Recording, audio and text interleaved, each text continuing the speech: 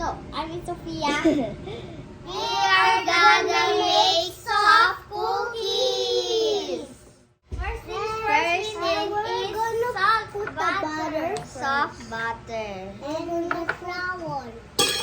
Then next, we are gonna put the 2 sugars. Brown sugar and white sugar.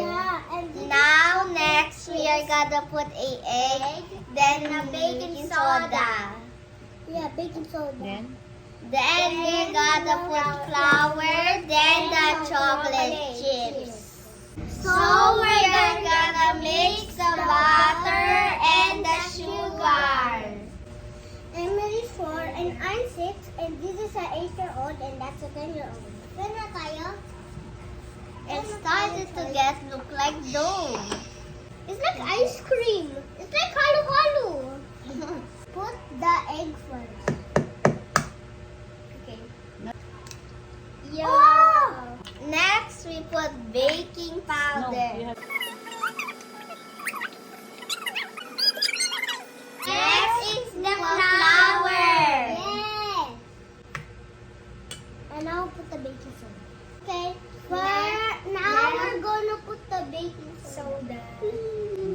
Soda. We forgot to put aprons. Okay. It's so doughy now. Doughy. Hey, can I try to mix it? Snow. Yeah, sure. It's so like hard. Snow. Yeah, guys. Sure, scary. Don't. Mix it properly. And then the chocolate chip. Stop. Scoop the cookies.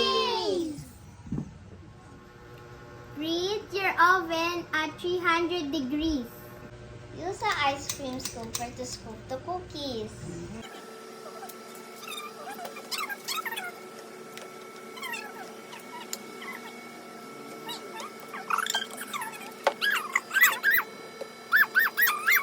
Okay guys, so my mom is gonna scoop the cookies now. And we're going to, when we wait, we are just gonna show you how many hours is it?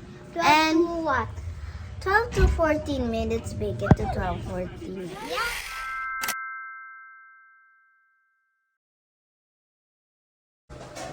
What do you think?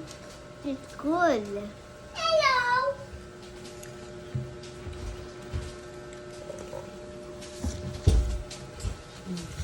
Try it.